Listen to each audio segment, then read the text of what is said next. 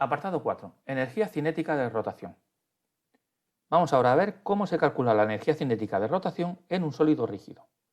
Cuando solamente tenemos rotación, podemos relacionar la velocidad lineal y la angular de un punto como v sub i igual a omega sub i por r sub i. Ahora bien, en un sólido rígido todos los puntos giran de igual forma, es decir, todos tienen la misma velocidad angular. Así que podemos llamar omega a esa velocidad angular común. Eso hace que la energía cinética de rotación sea más sencilla de calcular.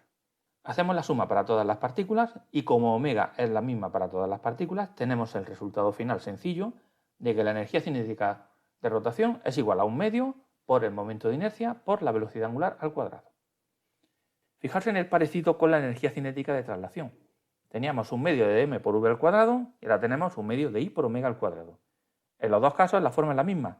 1/2 multiplicado por un término de inercia, que nos dice la pereza que tiene el cuerpo a moverse, y multiplicado por el cuadrado de la velocidad.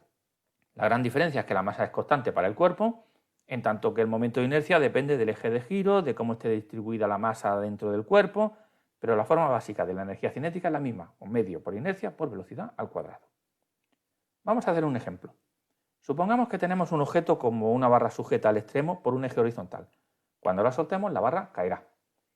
Nuestro objetivo es determinar cuánto vale la velocidad lineal del centro de masa y la velocidad angular como función de la posición, es decir, del ángulo que forma la barra con la dirección horizontal, θ.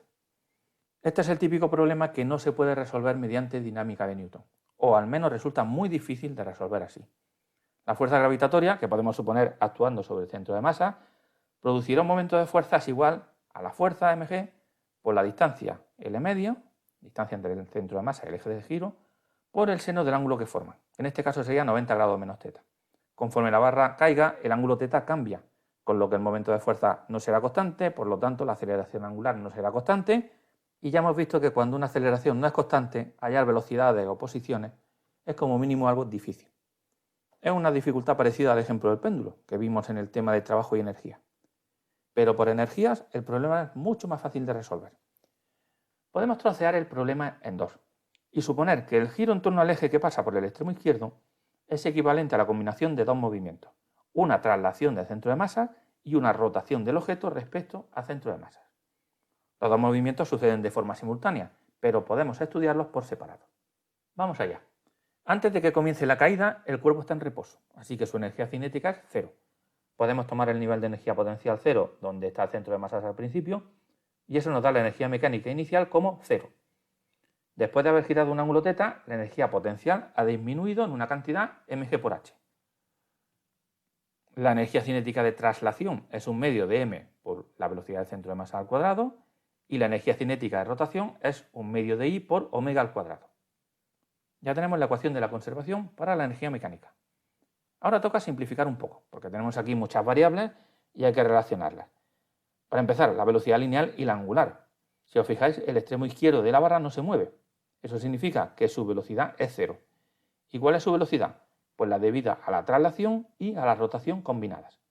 ¿Cómo se traslada? Se mueve hacia abajo con velocidad v sub cm, velocidad del centro de masa. Y como gira, va a subir con velocidad lineal v, que es igual a omega por la distancia que le separa del centro de masa. Esa distancia es L medio. Es decir, tenemos una relación entre la velocidad lineal y la angular.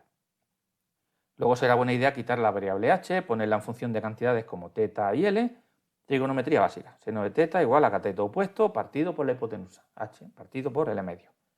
Finalmente tenemos que recordar que esa i es el momento de inercia de la barra respecto a un eje que pasa por el centro de masa, porque la rotación que estamos analizando es respecto al centro de masa. Eso ya lo vimos y si no nos acordamos no hay más que buscarlo en la tabla correspondiente. Con esas ecuaciones sustituimos y obtenemos las variables que queramos. En este caso, la velocidad angular omega y la velocidad del centro de masas.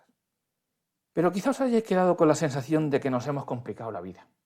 Hemos hecho las cosas según lo que hemos visto, es decir, dividir el movimiento del cuerpo en traslación del centro de masas más rotación respecto al centro de masas. Pero en realidad solamente tenemos una rotación respecto a un eje, el que pasa por el extremo izquierdo. ¿No podíamos haberlo estudiado como una rotación pura respecto a ese eje y dejarnos de lío? Pues sí, claro que podemos. En ese caso las cosas cambian un poco. Para empezar, no hay más que rotación, así que no consideraremos ningún término de traslación. Eso hace que en la ecuación de conservación de la energía no aparezca ningún término 1/2 de m por v cuadrado. Y además ese momento de inercia y ahora ese momento de inercia de la barra respecto a un eje que pasa por el extremo, no respecto a un eje que pase por el centro. Ya vimos que ese momento de inercia vale 1/3 de m por L cuadrado, no 1/12 como había antes. Resulta que con este nuevo sistema de ecuaciones sustituimos, despejamos y volvemos a obtener los mismos valores de la velocidad angular y de la velocidad lineal del centro de masa. Esto puede resultar confuso, porque si hay dos formas de resolver el problema, ¿cuál es la que hay que usar? ¿Vamos a piñón fijo con la receta de traslación de centro de masa y rotación en torno al centro de masa? ¿O buscamos una rotación pura? ¿O una traslación y una rotación en torno a otro punto distinto? ¿Cómo lo hacemos? Bueno, la respuesta es hacerlo como os dé la gana. Es igual, va a salir el mismo resultado. Así que mi consejo es que lo hagáis como resulte más fácil.